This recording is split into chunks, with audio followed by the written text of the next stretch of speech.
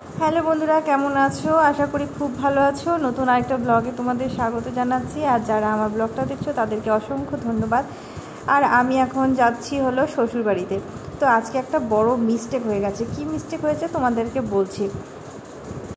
তো এই দেখো আমাদের গাড়িটা বের করছে। গাড়িটা এত নোংরা হয়েছিল কি বলবো। তো আজকে সারাটা দিন হচ্ছে সকাল থেকে গাড়িটা পরিষ্কার করলো। আর এখন বাজে প্রায় ওই 1:30টার মতো।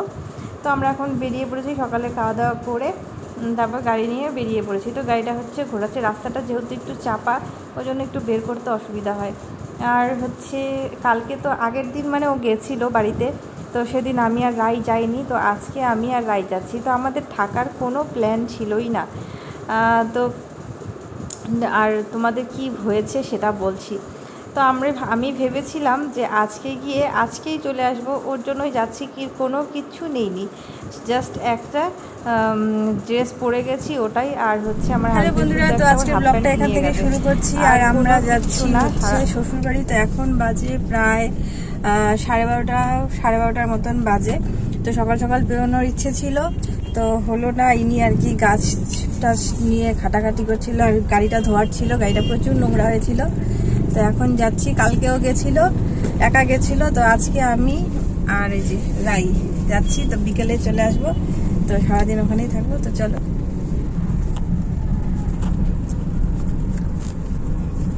দেখলে তো মানে এই পর্যন্ত আমাদের সেরকম কোনো প্ল্যানই ছিল না যে আমরা গিয়ে থাকবো, মানে যে গিয়ে চলে আসারই প্ল্যান ছিল। তো যাই হোক, তারপরে কি হলো তোমাদেরকে বলছি। দেখ ক্যামেরাটা পুরো উল্টো করে ধরেছি। তো এবার হচ্ছে গিয়ে তারপর দেখি আমার ভাসুরের ছেলে স্কুল চলে গেছে। তো আমি না আগের দিন রাত্রে রায়ের হচ্ছে স্কুল থেকে একটা নোটিশ পাঠিয়েছিল যে স্কুল বন্ধের। তো ডেটটা ছিল 23 তারিখ, বুদ্ধ পূর্ণিমার জন্য স্কুলটা বন্ধ থাকবে। তো আগের দিন থেকেই এসে বলছিল ওদের মধ্যে কবে স্কুল বন্ধ, বুধবারে হয়তো বুদ্ধ পূর্ণিমা। তো আমি না তারিখটা ডেটটা যেহেতু দেয়নি, ওই জন্য ডেটটা দেখে আমি না ডেটটা একটু কনফিউশন করে ফেলেছিলাম। তো এবার গিয়ে দেখি ভালো করে ডেটটা মেলালাম, তো দেখি না আমারই ভুল হয়েছে দেখতে তারিখটা। মেয়ের স্কুল বন্ধ হয়ে গেল। আসলে স্কুলটা পরের দিন বন্ধ ছিল, আর আমি মঙ্গলবার দিনই ভেবেছি যে 23 তারিখ। তো এই কনফিউশনের জন্য মেয়ের স্কুলটাও আর যাওয়া হলো না। তো যাই হোক, শ্বশুরবাড়িতে চলে এসেছি। তো শাশুড়ি মা পরে বললো যে আজকে আর বাড়ি যেতে হবে না, কালকে একবারে যেও। তো এদিকে জামা কাপড় কিছুই নিয়ে আসিনি। আমার মেয়ে তো খুবই রাগ করছে, বলছে একটা ড্রেসও নিয়ে আসোনি। তো সারাদিন এই নিয়ে আর কি ঝগড়া চললো। আর এই দেখো আমি চলে এসেছি এখন পুকুর পাড়ে। তো এটা আমার শ্বশুরবাড়ির হলো পুকুর পাড়। পুকুরের জল অনেকটা শুকিয়ে গেছে। আর এই দেখো ওদের এখন নতুন বাড়ির কনস্ট্রাকশান চলছে। আর এই দেখো পুকুর পাড়টা পুরো জঙ্গলে ভরে গেছে আর অনেকটা শুকিয়ে গেছে, তবে বেশ মাছ আছে। আর সেই দিন কিন্তু আমার যা এই পুকুরের মাছই রান্না করেছিল, আমার শ্বশুরমশাই মাছ ধরেছিল। আর এই দেখো পিছন দিকে গরু, গাছপালা, জঙ্গল, সুন্দর একটা গ্রামের পরিবেশে আমার শ্বশুরবাড়িটা। তো সামনের দিকটা কিন্তু মেন রোডের পাশে, কিন্তু পেছনটা কিন্তু পুরো গ্রাম। তো দেখো এখানে পদ্ম ফুল ফুটেছে। আর দেখো এখানে গাছে কাঁঠাল, খুবই সুন্দর একটা গ্রামের পরিবেশ। তো আমি পেছনের দিকটাতে একটু এসেছি। আর এই দিকটাতে এত সুন্দর হাওয়া বয় না, খুবই সুন্দর, শান্তি লাগে। আর দেখো এই দেখো এরা কাকা আর ভাস্তা মিলে কি শুরু করে দিয়েছে, পুরো মারামারি। আর এতদিন হচ্ছে ওরা একটা কাকাতো ভাই ছিল, তার সাথে আসলেই শুরু হয়ে যেত ধস্তাধস্তি। আর এই দেখো এখন ভাস্তা বড় হয়েছে, এবার ভাস্তার সাথে কিন্তু এই যে আসলেই যে খেলা নিয়ে ওদের মধ্যে একটা এরকম মারপিট লেগেই যায়। তো দেখো দুজনেই একদম বাচ্চার মতো করছে, বাচ্চাদের মতো।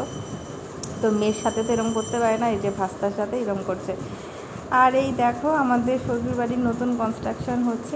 আর এই পুরো বিল্ডিংটা কিন্তু প্ল্যানিং করেছে আমার হাজব্যান্ড। তো দেখো বাড়িটা কিন্তু খুবই সুন্দর হয়েছে, আমাদের বাড়িটার মতনই কিছুটা। তো তোমাদেরকে অল্প একটু করে রুম ট্যুর দিয়ে দিচ্ছি। এই দেখো এটা হচ্ছে গ্রাউন্ড ফ্লোরের বাথরুম, তারপর বেডরুম আর রান্নাঘর। আর এটা একটা বড় বাথরুম, এখানে দুটো বাথরুম রয়েছে। আর বসত বাড়িতে না যখন ভেঙে চুরে বাড়ি করা হয় তখন এত অসুবিধা হয়।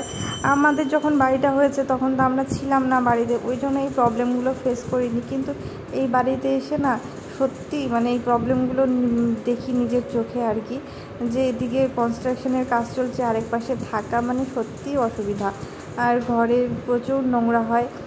আর আমাদের যখন বাড়িটা হয়েছে তখন তো ফাঁকা জমির ওপরে বাড়িটা করেছিলাম, ওর জন্য কিন্তু আমাদের বাড়িটা করার সময় আমরা বুঝতে পারিনি, কারণ বাড়ি থেকে অনেকটাই দূরে ছিলাম। বাড়িটা করার সময় সেরকমভাবে বুঝতে পারিনি যে বাড়িতে এতটা নোংরা হয় বাড়িটা করার সময়। আর এখন এরা যেহেতু এই বাড়িটাতে থাকছে আর আরেক সাইডে কনস্ট্রাকশন চলছে, তো ভীষণই অসুবিধা হয়। যতদিন না ঘরে ঢুকছে তো বাড়িঘর প্রচুর নোংরা হয়ে থাকে। তো এই আর কি ভেতরে ঢুকতে দেখছি কতটা কাজ হয়েছে। আসছি অনেক দিন পরে, প্রায় 3 মাস হয়ে গেল এসেছি। 3 মাস পরে এসে দেখছি যে কতটা কাজ হয়েছে। তো এখন মোটামুটি প্লাস্টার হয়েছে, এরপর আস্তে আস্তে টাইলস বসবে, আরও প্রচুর কাজ আছে। বাড়িটা তো অনেকটাই বড়, আর গ্রাউন্ড ফ্লোর ফার্স্ট ফ্লোর নিয়ে ডুপ্লেক্স বাড়ি। আর আমাদের বাড়িটা কিন্তু ফার্স্ট ফ্লোরেই পুরোটা। তো এটা কিন্তু গ্রাউন্ড ফ্লোর আর ফার্স্ট ফ্লোর নিয়ে কিন্তু এই বাড়িটা হয়েছে। আর ওদের বেডরুমগুলো আমার খুবই পছন্দ হয়েছে, বেলকনিটাও। আর এই দেখো বেলকনির এই সাইড দিয়ে না পুকুর পাড়টা, পুরো জঙ্গল, কোনো বাড়ি নেই, এত সুন্দর হাওয়া আসে কি বলবো। খুবই সুন্দর এই পরিবেশটা, সবুজে সবুজ। আর আমাদের ওই বাড়িতে কিন্তু জানলা খুললেই চারপাশে শুধু বাড়ি, শুধু এক সাইডটাতে জঙ্গল আর চারপাশটাতে কিন্তু বাড়ি। তবে এখানটায় কিন্তু পেছনের সাইডটা পুরো মাঠে ভরা, কোনো বাড়ি নেই। আমাদের ওখানে যেরকম চারপাশে একটা সাইড, মানে 3টে সাইড আর কি বিল্ডিং, একটা সাইড শুধু অল্প জঙ্গল রয়েছে। তো জঙ্গল লোকের বাড়ি দেখার থেকে আমার মনে হয় জঙ্গল দেখাটা অনেক চোখে শান্তি মেলে। তো এখানটা একা একা বসে থেকে কিন্তু ভীষণই ভালো লাগবে। আর এই দেখো ওপর থেকে নিচটা টোটালটাই দেখা যাচ্ছে বাড়িটা।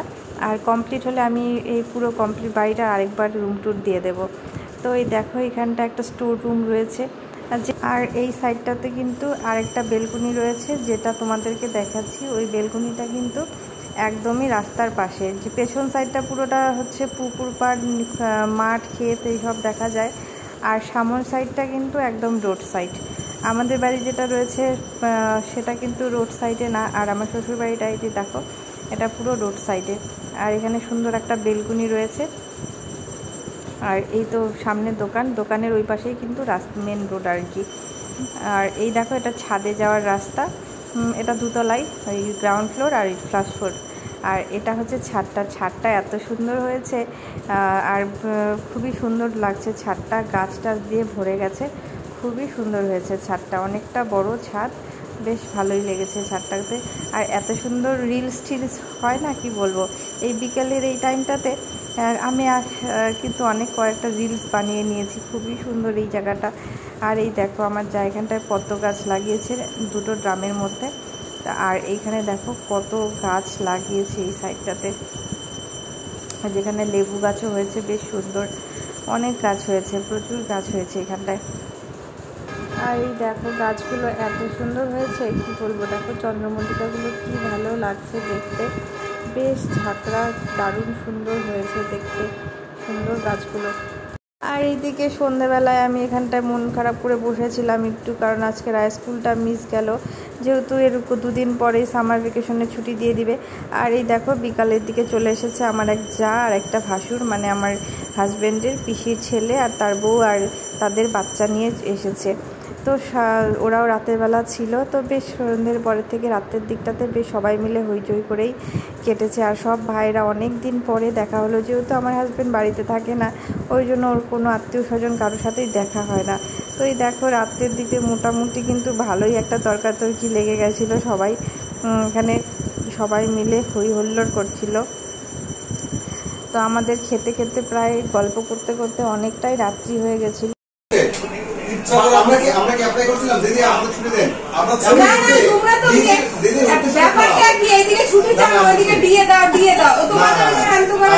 তো এরকম চলছে আড্ডা, অনেকটা রাত্রি পর্যন্ত আমরা আড্ডা মেরে গল্প টল্প করে তারপরে শুতে প্রায় অনেকটাই রাত হয়ে গেছিলো। তো চলো আজকের মতো ব্লগটা এখানেই শেষ করছি। আগামীকাল আরও সুন্দর ব্লগ নিয়ে চলে আসবো তোমাদের সামনে, সঙ্গে থেকো, পাশে থেকো।